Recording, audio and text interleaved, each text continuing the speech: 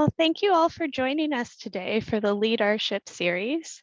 Today is Leadership for Introverts, Insights on Being Quiet but Influential.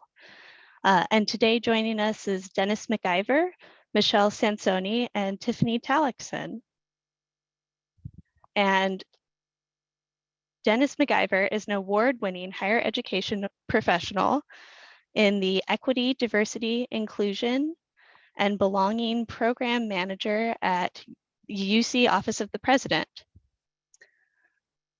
In his role, he supports multiple projects under the Office of Workplace Inclusion and Belonging, including the direction of UCOP's employee resource groups system-wide. He is also the current chair of the Council of the UC Staff Assemblies. Before joining UCOP, Dennis spent nearly 7 years at UCR, where he served as UCR Staff Assembly President and UCR Black Faculty and Staff Association Chair, while founding multiple campus initiatives. Dennis is also a PhD student in leadership studies, where his research explores higher education staff leadership and development. Michelle Sansone served as an assistant director of Fitwell at the University of California, Riverside Student Recreation Center from 2009 to 2022. She oversaw the fitness, facilities, and operations, personal training, group fitness, massage therapy, and culinary programs. Michelle is currently a student at California Baptist University, where she is pursuing a Doctor of Philosophy in Leadership Studies. Due to her passion for teaching lifelong health and well-being, her dissertation focuses on examining stress, burnout, and job satisfaction in university staff and faculty. Besides work and school, Michelle enjoys presenting at national conferences and serving as an instructor for professional fitness organizations and the American Red Cross. Michelle looks forward to utilizing the research she developed during her academic studies to further the health and wellness of all faculty, staff, and students in the University of California system, various recreation centers, and elsewhere. And Tiffany Tallackson is a Fitwell coordinator at the Student Recreation Center.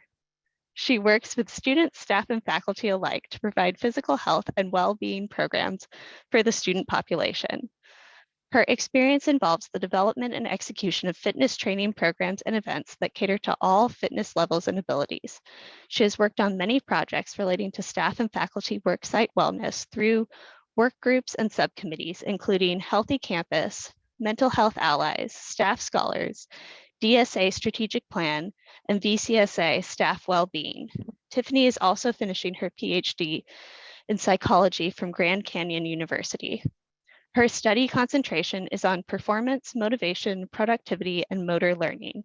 Her dissertation is focused on the use of mental and physical interventions to help improve overall health and self-concepts within students who struggle with anxiety.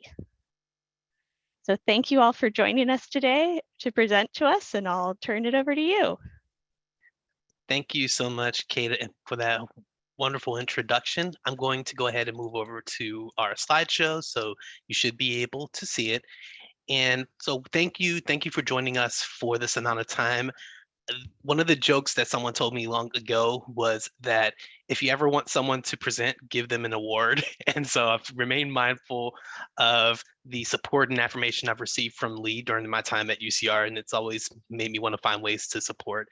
I also want to thank Michelle and Tiffany for joining me for this idea. They are both hard at work with everything, and both of them are inching closer and closer to defending their dissertations. So I'm just delighted to have had a chance to work with them. And hopefully this will be helpful to all of you based off of what we've been able to discover. So let's go ahead and get started. Generally, the flow of the conversation will be that Tiffany's going to discuss what is and isn't introversion. And just so we can have a good framework of what it means, because I think from academic sense, there's some value in kind of norming what we think is introversion. Similarly, Michelle is going to talk about what is leadership, because I wonder how much we think about what it is to truly lead. And some of her discoveries through her time as a PhD student, I think will help. And using both of those things, I'm going to share some of the different bits of advice that we found when it came to how to become a leader as an introvert, but also for those who are perhaps managing introverts, how do you draw their leadership out of them. So that's going to be our run of show of sorts. And I, of course, wanted to share a really nice comic that I think summarizes the experience of the introvert. Now, before we get started, I did want to share a bit of a story about myself. I am a self-professed introvert. During the pandemic, in some ways, that was very positive for me because it allowed me to be very comfortable with my introversion. But let's wind the clock back a few years. Back in 2018, I was asked to serve on Staff Assembly's executive board at UCR. And I remember during our spring meeting that we had to take a picture as a board. And that's the picture, and y'all probably recognize most of the faces there if you've been around for a while. I can tell you, as an introvert, I was screaming inside the entire time, right? Because being in the presence of so many folks and having to put yourself out there was a bit of a challenge for me. And so I always remembered that experience, but like anything, you try to just lean into it and make the most of the opportunity. So let's fast forward a couple of years to last January. This picture was when I had a chance to present as chair of CUCSA to the UC Board of Regents. Similarly, that same internal screaming kind of happened, but fortunately I developed a certain level of comfort and skills to be able to manage the different tensions that I felt as an introvert. And then a couple weeks later, I was at UCR and I received this award for excellence in service in a very large room in a really nice setting. And so similarly, there's still those moments where I felt my introversion come out. But I think even despite that, I've been able to learn a lot in terms of being an effective leader. And I think it's something really important that we do to just try to encourage those who would be leaders that are introverted and may have certain levels of restraint. So I wanted to kind of use that as a framing as to why I thought this discussion was very important. And so I appreciate everyone joining us. So on that note, I'm going to pass it over to Tiffany, who's going to talk to us about introversion. And Tiffany, if you'll just say next slide, please, I'll be sure to manage to run. So Tiffany, floor is yours. Thank you, Dennis. So I want to talk a little bit more about what introversion is. It was a concept that first started with Charles Jung. He talked about different types of personality types based off of how they process energy. And so for introversion, it was through a detachment and isolation from the present setting. So that kind of means that you're taking yourself out of the environment to really absorb and kind of calculate the situation of what you're going through in that moment. In the contrast, extroversion is more when you're in the social atmosphere and you kind of obtain energy within that environment. Susan Cain, who also is a psychologist that identifies as an introvert, also developed a spectrum that kind of shows it. There's a middle point called ambiversion, that if you don't identify with either concept or personality type, then usually you're in the middle, or maybe you have some aspects that are in both spectrums. And then these contracts usually, again, is talking about selfhood. So how you feel for processing your surroundings, how you interact with others, and making the decisions around daily tasks and life goals. That's the type of, where we're going to be heading towards the different types. Next slide, please.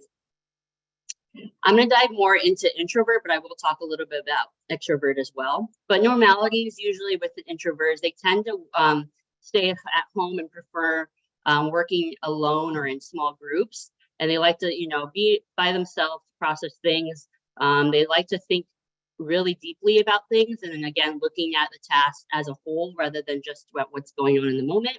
And then doing written type of communication rather than verbal. So they really like reading and enjoying that type of aspect of learning. A thing around extroversion is a little bit different, is that they're more outgoing. They like socializing with others. And they also like to, be around a group of people to provide and receive energy while obtaining motivation to act from those around them. Cain, who also wrote a book called Quiet, The Power of Introverts in a World That Can't Stop Talking, also talks about how it's a different type of stimulation than what is normal in most environments. Next page, please. So some qualities of an introvert that you may recognize if you are an introvert is you are more self-aware, not only of yourself, but the things around you. You're more self-sufficient. You don't really need people to tell you what to do. You're observant and reflective. So you like to kind of, again, spend time by yourself, internalizing everything, and then acting upon it later. You like to listen, and you are trustworthy because you do like to, again, keep things to yourself rather than opening up to others about different things.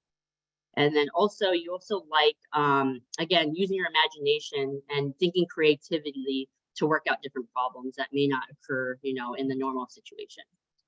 And then also thinking, again, in discussion, when you do engage, you're very thoughtful in your emotion as well as what you say, rather than doing surface level of different things. And then again, having that strong written communication. Next slide, please. Some misconceptions that go around introversion is that, again, shyness. One thing is that when you are more quiet, people think you are shy, but that's actually no, that's more of like not a personality trait, but an emotion, and sometimes referring to your social ability as introvert. Some things as well as it's when you're quiet or just to yourself, people think it's a lack of care for others, when really it's not about that. It's how you process your energy, and you need to step aside from the social aspect and work by yourself to kind of fuel up, and then also just think about what's going on around you.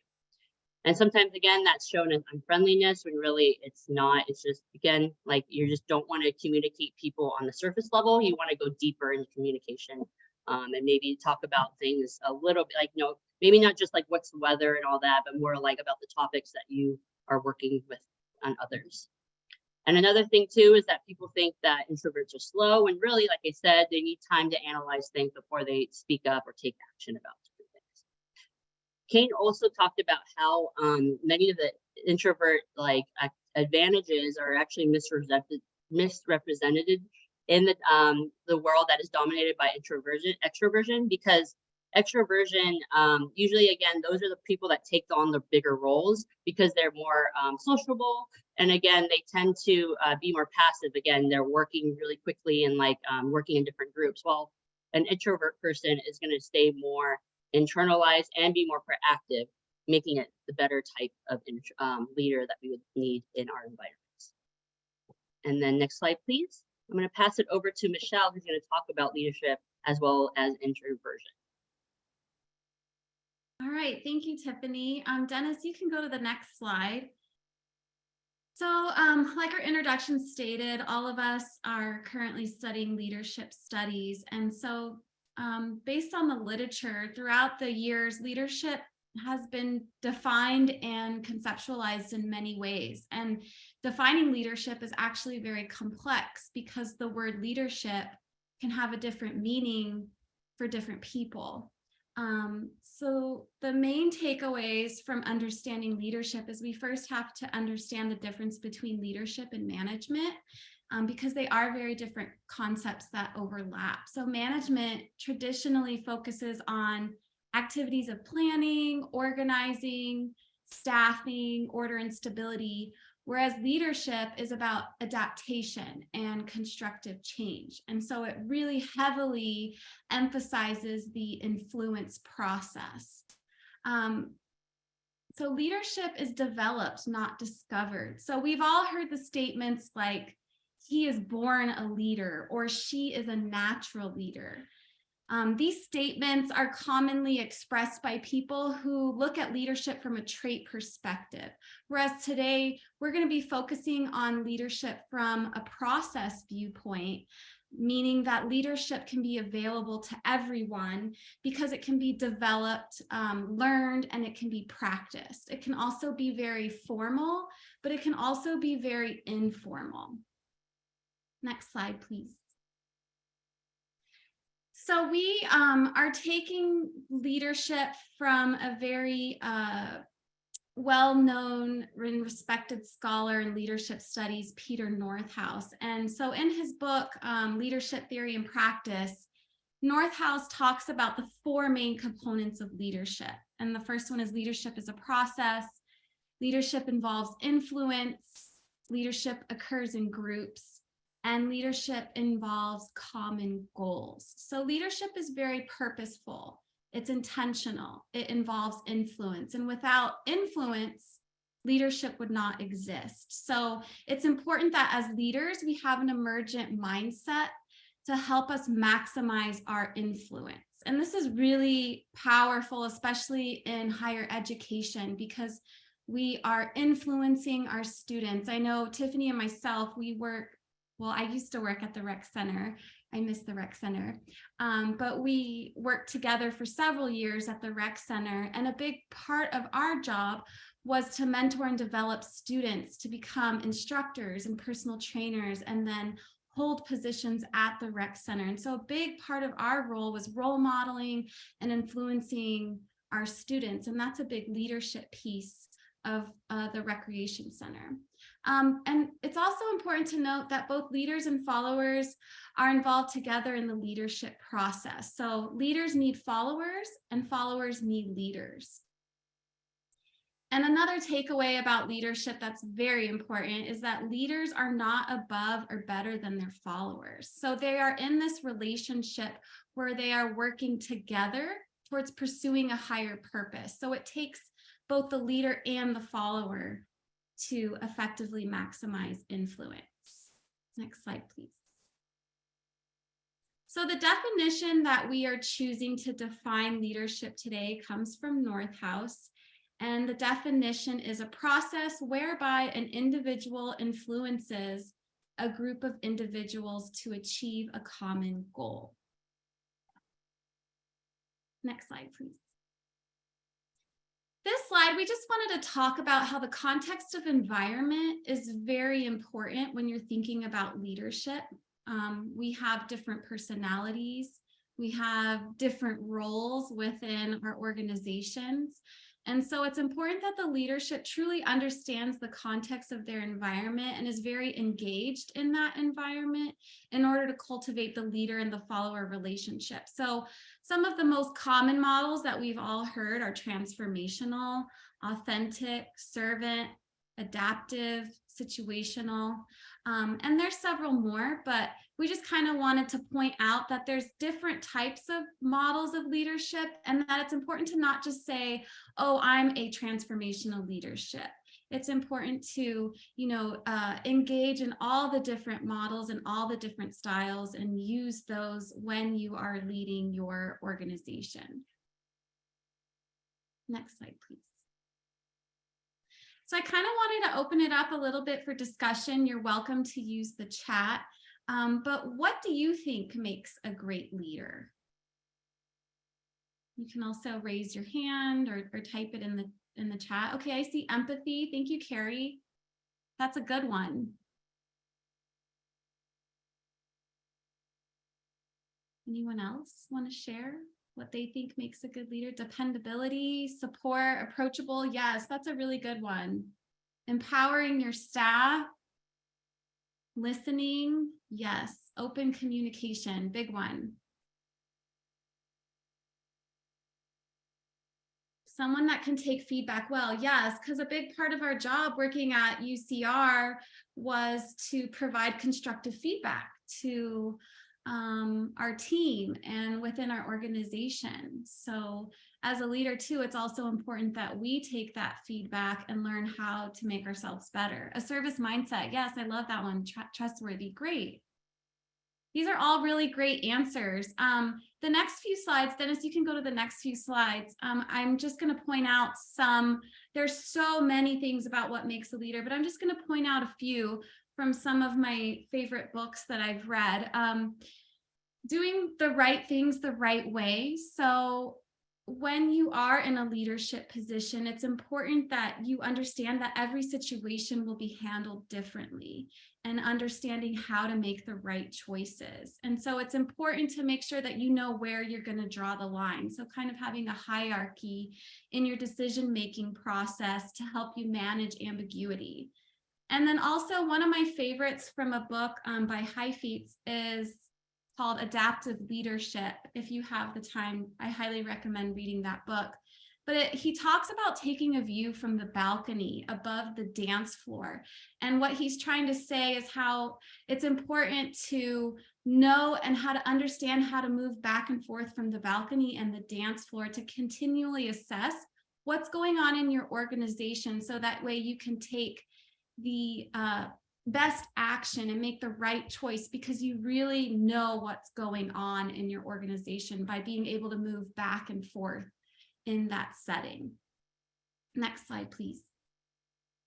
Some other ones that a lot of us mentioned in the chat, great leaders embody a host of values. So justice, respect, fairness, equality. They're honest, they're open, they're competent.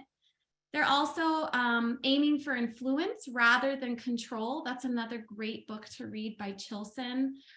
Being able to create an environment where people feel safe to adapt to the challenges when they're facing complexity. So we know that in organizations, especially after COVID, our environment was so complex. And so instead of trying to control everything, rely on your people to help you navigate these challenges and be open to feedback. Someone mentioned that in the chat, and that you don't always have to be the one to be making the suggestions on how to deal with change in your organization.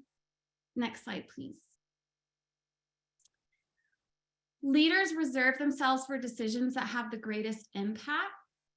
And then also, Heifetz talked about in his book, falling in love with tough decisions, creating a climate of trust, and then fostering commitment, collaboration, like I mentioned earlier, during those tough decisions, so that way you can achieve common goals. Next slide, please. Finally, just to talk a little bit about being humble and modest is very important. And knowing that you yourself as a leader, you're not perfect and it's okay to make mistakes, but making sure that you assume responsibility when you make mistakes. Things aren't always going to be perfect. And so people will really respect that you are willing to work collectively and learn from your mistakes. Next slide, please. So I wanted to talk about these two authors.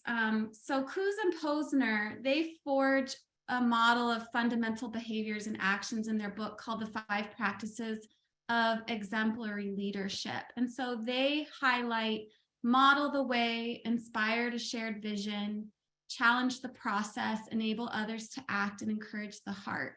And when we look at these 5 best practices, we can see that they align with Bass and Avalio's transformational leadership practices. And so it's these, which is also known as the 4 I's. So these align closely with the 4 I's. So you can see that idolized influence maps to Kuz and Posner's model the way. So an authentic leader serves as a role model and demonstrates personal integrity and inspires moral behavior.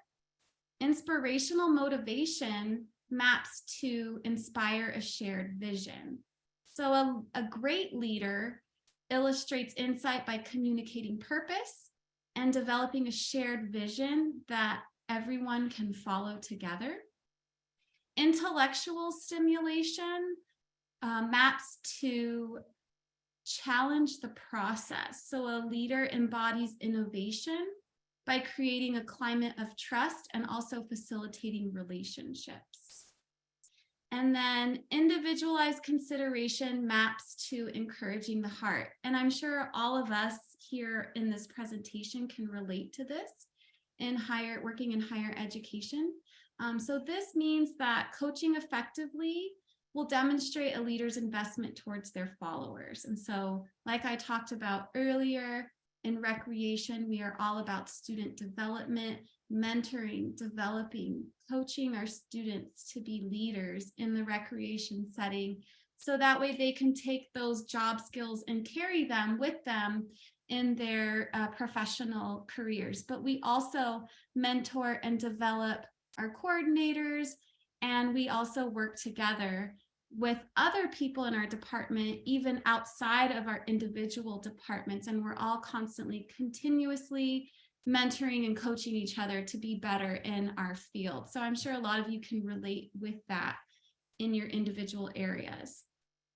So these 4 I's and these 5 best practices connect to essential leadership competencies such as authenticity, insight, motivation, and coaching.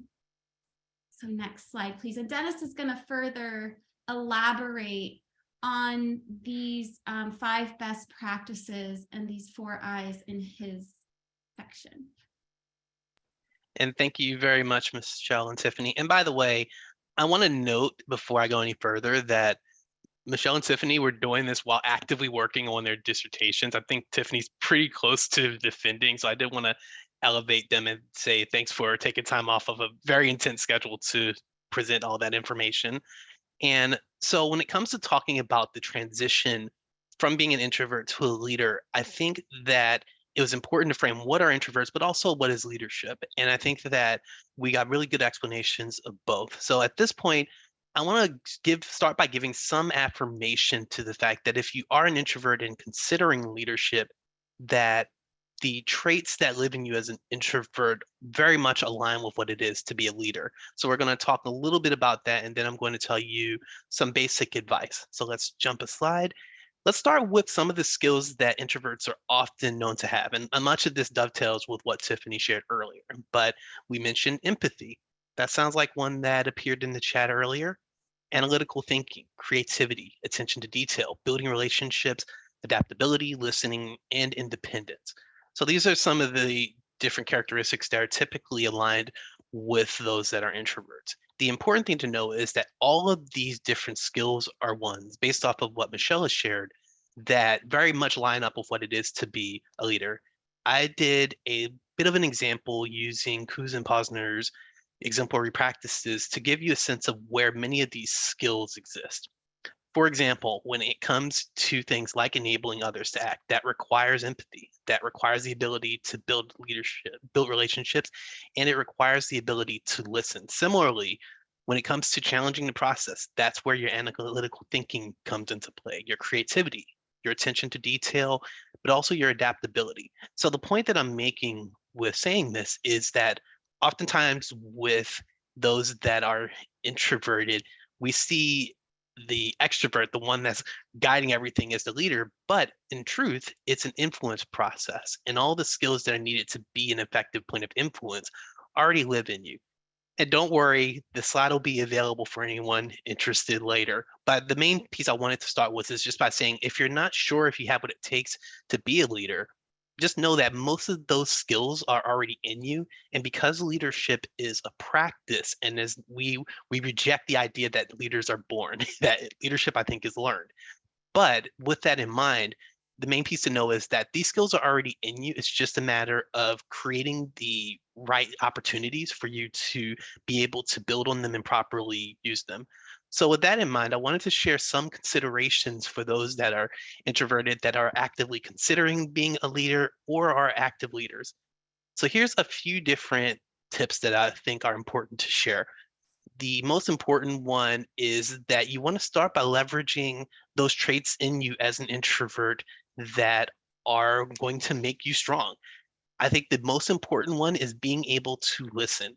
Using that capacity you have to absorb information and to listen to those around you is one of the most essential things that you can have when it comes to being a leader. And it's okay to lean into that and utilizing that in order to make the best decisions, making them from the balcony, similar to the point that Michelle raised.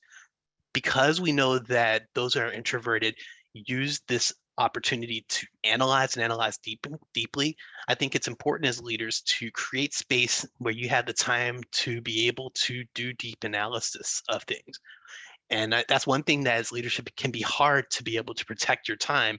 But I think if you're able to do that, then you may be more comfortable operating in that capacity. As introverts, there may be more of an inclination to focus one-on-one.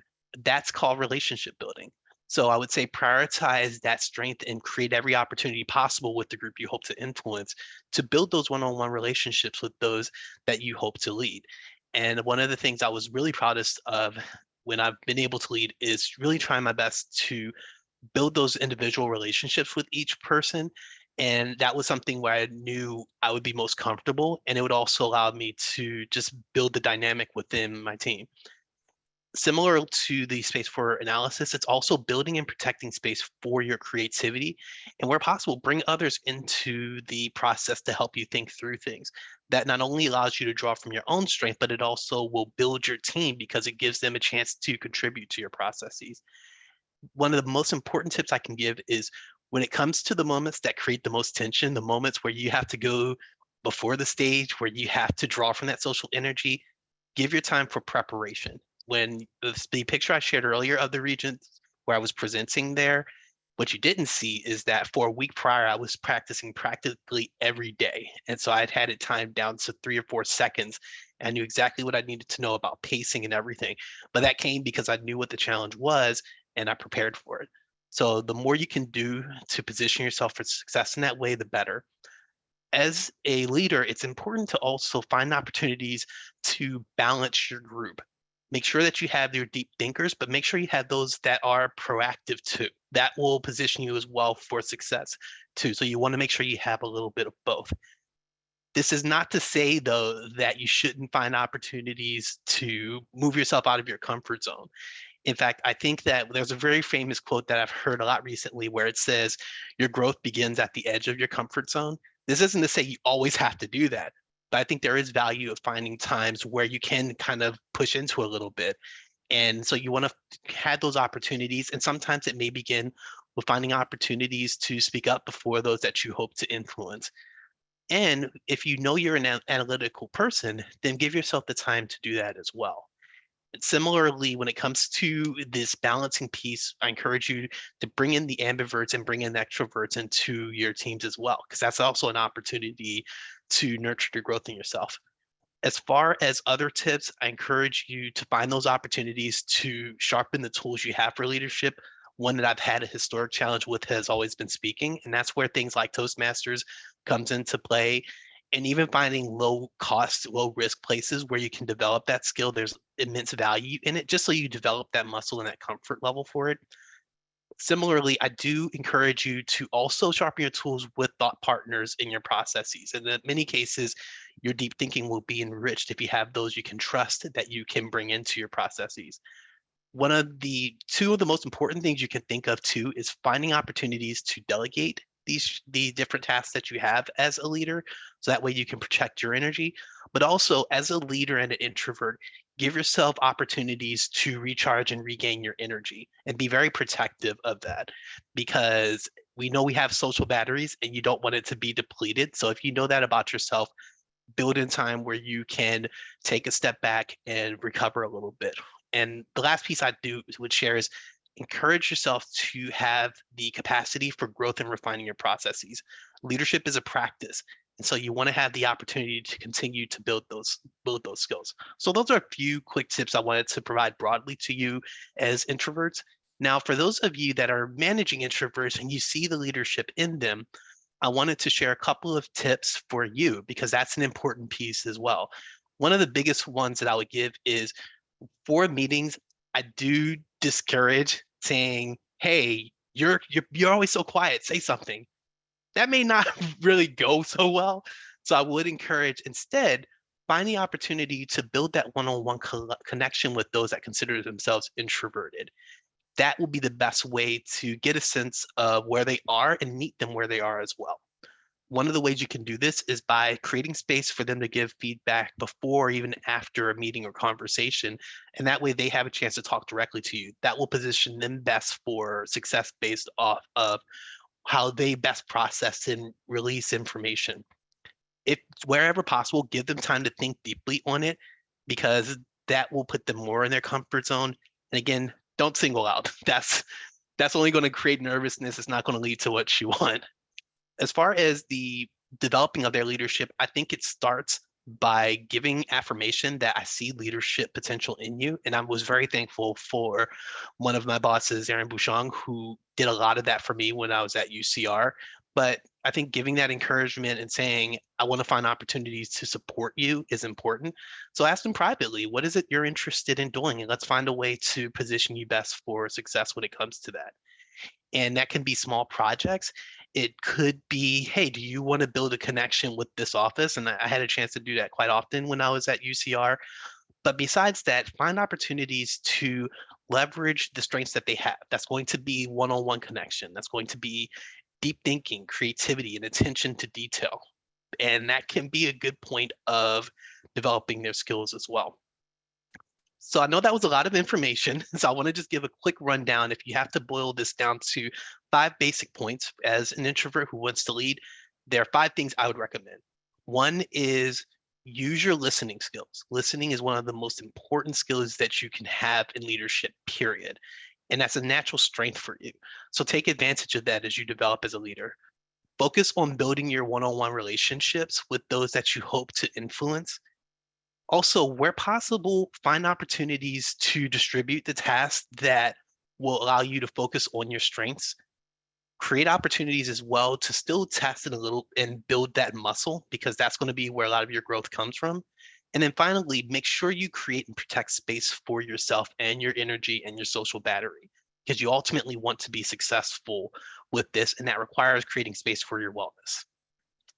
So as we close this out, we did want to share a couple of reading materials that you may be interested in seeing. One that I liked a lot was Servant Leadership by Robert Greenleaf. And servant leadership and transformational leadership, you've all probably heard versions of this. This is one of the standard texts out there. Also, The Servant as Leader by Robert Greenleaf is another one. Another book that we recommend would be The Art of Quiet Influence by Jocelyn Davis. The Practice of Adaptive Leadership is a terrific book that Michelle alluded to earlier. It's what I think is a really enjoyable read. It gives good perspective, and it's a style of leadership that you may ultimately consult. And then finally, we mentioned this a couple of times, but Susan Cain's Quiet is a really good book just broadly about introversion. So we do encourage that as well. So on that note, with a little more than 20 minutes left, we're going to thank you, and we are going to open up the floor for questions. And I will stop sharing now. Thank you very much.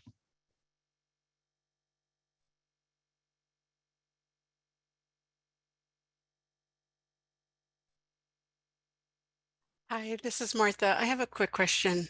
Thank you for the presentation, by the way. So my question is, I'm taking a course right now for professional development, and we talked about emotional intelligence in the past, and I'm trying to piggyback off of that. And how do you use emotional intelligence as an introvert to lead? Because I feel like as an introvert, you lean more towards you're a better leader, I think, personally speaking, but I'm biased because I'm an introvert by nature. Well, I think it's a really good question. I'd actually like to open up the floor. I know there's some other experts in the room who are skilled in emotional intelligence. I think the first piece is, and well, I guess one question I'd say is show of hands, and how many of you are familiar just conceptually with emotional intelligence?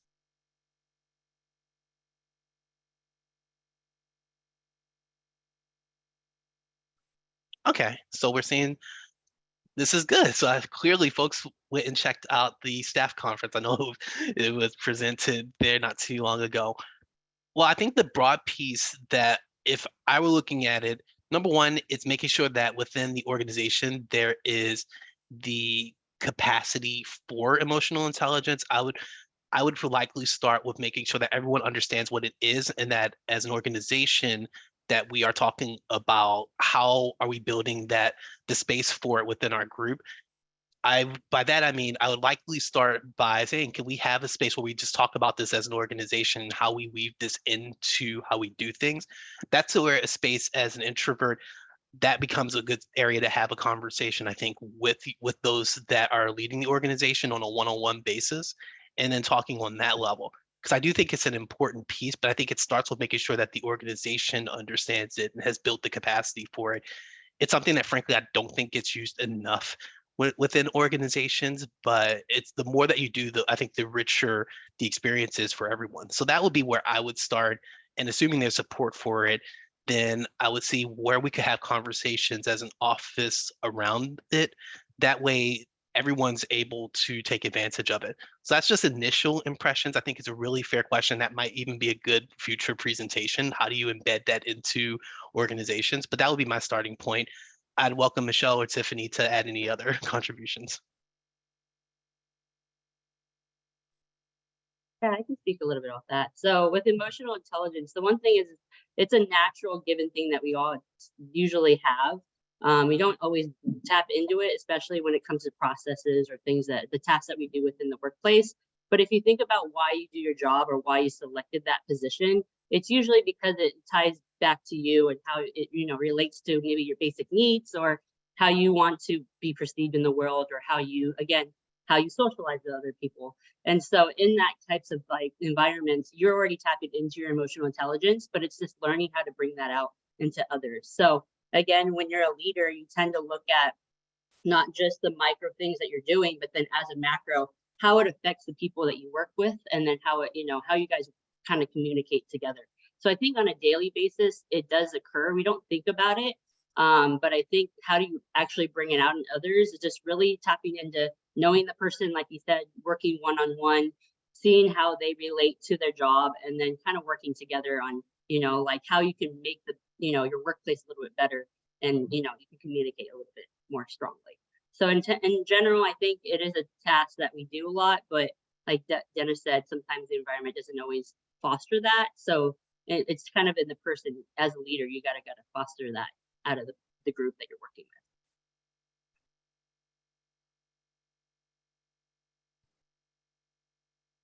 with. Thank you so much for answering my question. I appreciate it. Of course.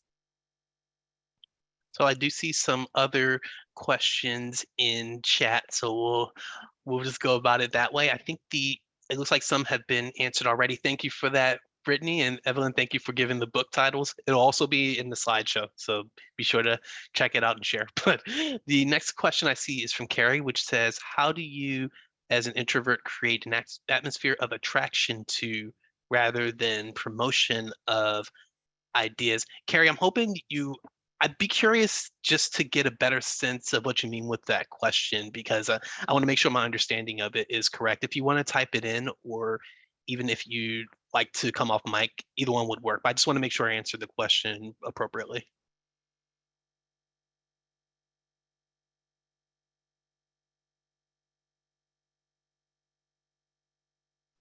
Going to assume it's being typed in. Okay. How do you make people feel safe with an idea rather than shove it down their throat?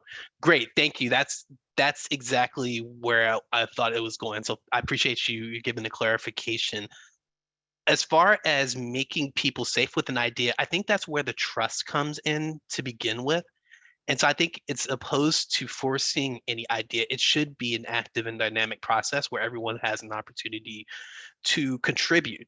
And being able to contribute doesn't necessarily mean that the idea is going to be changed, but at a minimum, people need to feel heard in the process. So I think before any decision is made that has far-reaching impacts, and even ones that you don't think have far-reaching impacts, it should start with a level of discussion within the organization. And that way you've had a chance to bring everyone into the process so folks understand what inspired it, but also can give you certain considerations before any final decision is reached. But I think that's also a reflection of trust and having capacity for understanding. And so one of the things I would start with as a leader is encouraging that we create space for ideas to be fully considered and for everyone to make a contribution to it, and making sure that everyone is purposefully placed somewhere in the process. I found when I'm put into a process and I'm allowed to give feedback at the 11th hour, that normally tends to be frustrating for me, because I haven't had a chance to think deeply on it as an introvert. I haven't had a chance to think on it deeply as a contributor. So whenever I'm doing something similar, I try my best to make sure folks have a chance to contribute early on in the process and that we keep them involved as the idea evolves.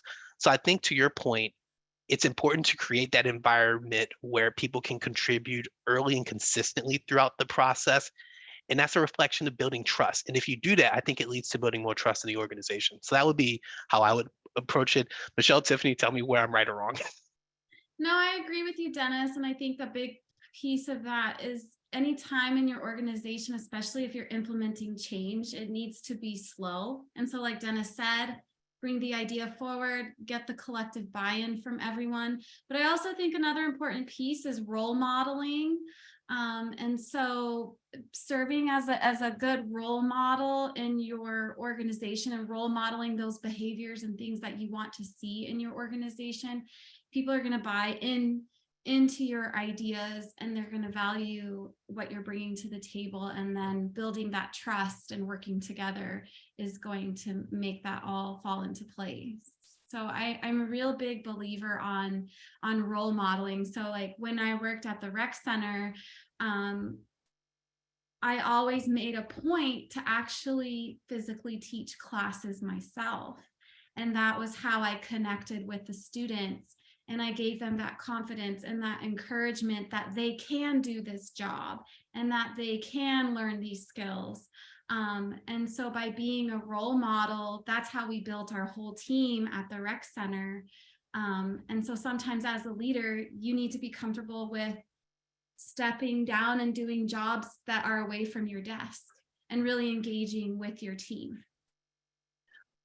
Nice. Yeah. And you're modeling the way, Michelle. So there you go. Yes, Go ahead, going Tiffany. back to Kuza and Pilsner, model the way. Yes, exactly. And Tiffany can probably expand on that as well, because Tiffany was actually a student at the rec center, and we worked together. I mentored her, and then now she's in a career position at the rec center. So role modeling is really, really effective way as well.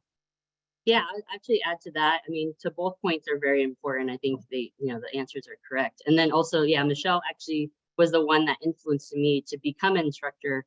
And then I kind of built on where I am now. So to her, this is why I'm here. And so I'm happy, again, having a good role model.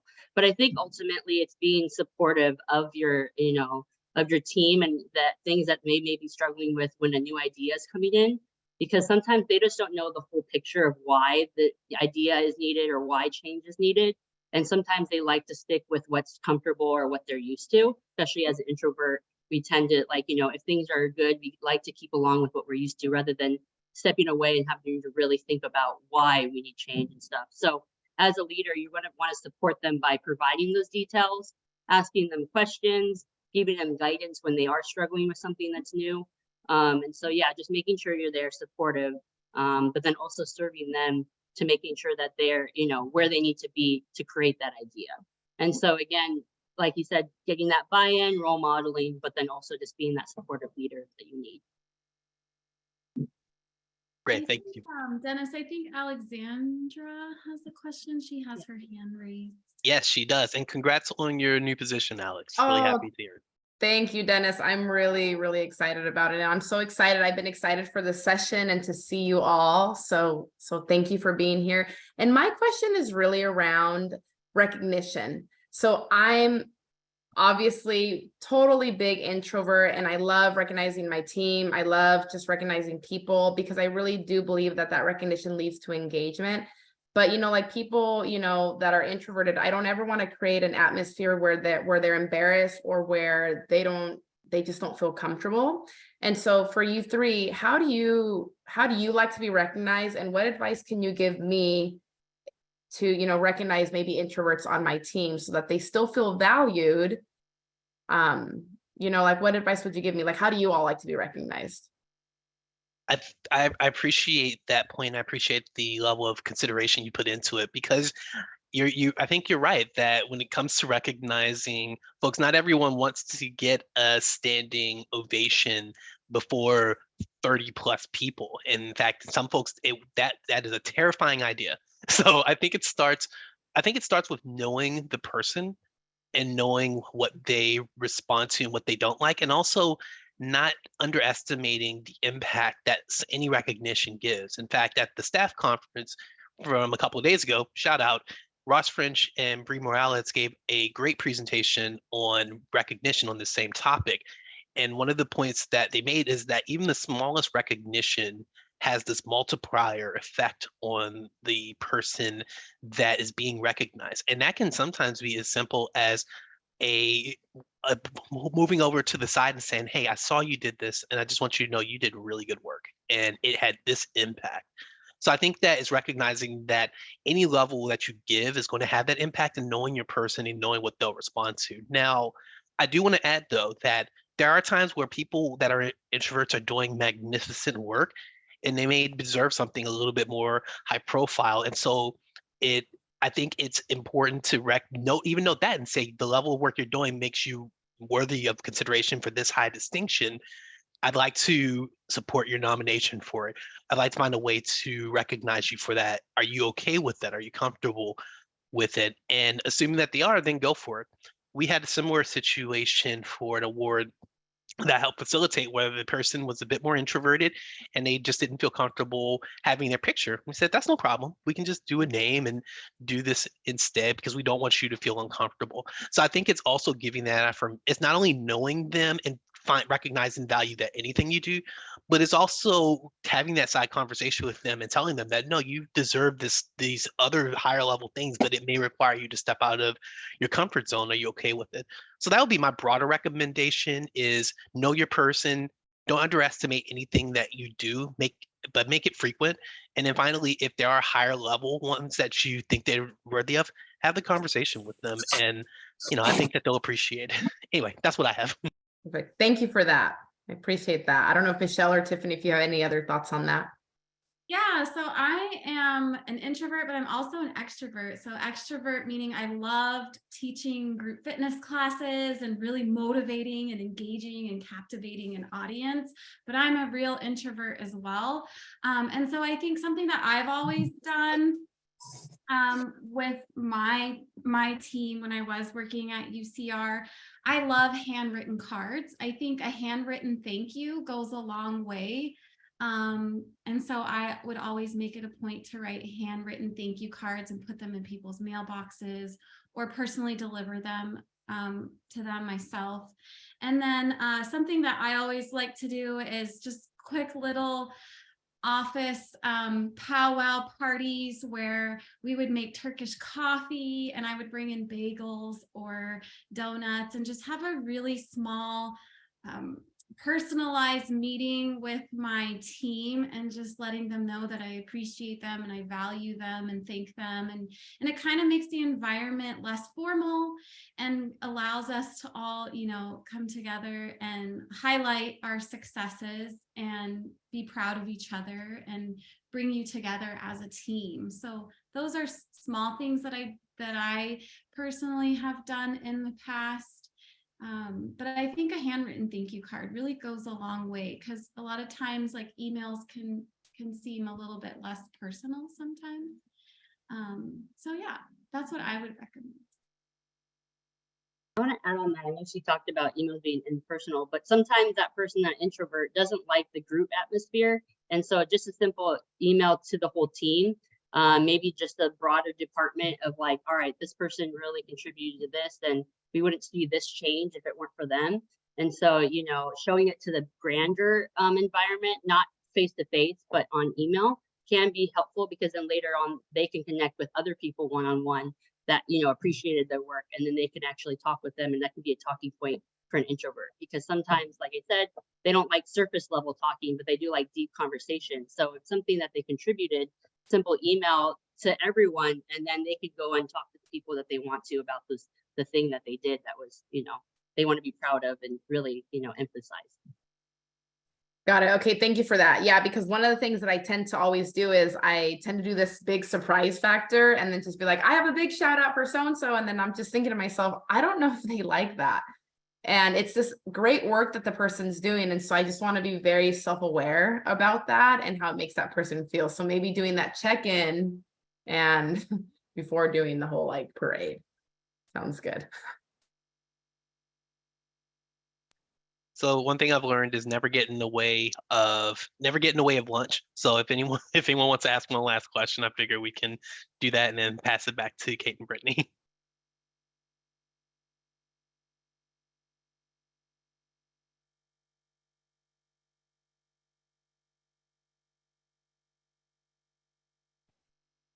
All right, I think folks are hungry. So in that case, I guess on that note, I hope that this has been helpful and informative, and we appreciate having a chance to chat with all of you. And Kate, Brittany, I'll leave it to y'all for whatever you want to close with.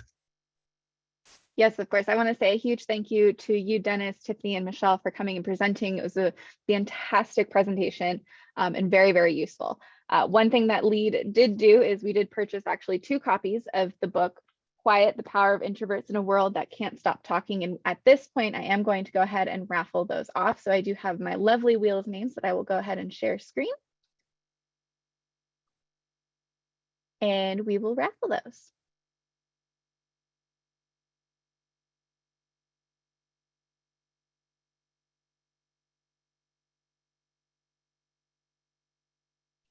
So Maria G, if you can go ahead and private message me or send me a chat and let me know. And then we'll do one more.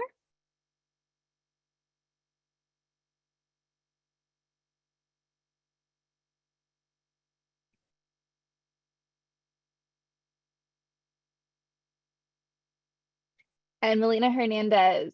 So if you can just private chat me with your email, I will go ahead and contact you and get those books to you as soon as possible. But again, thank you to everybody for attending, and thank you to all of you for being here and for presenting. It was a fantastic session. Thank you for having us, and thank you, everyone.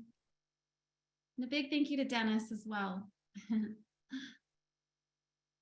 Have a good day. Bye, everyone. Thank you, everyone. Have a good day.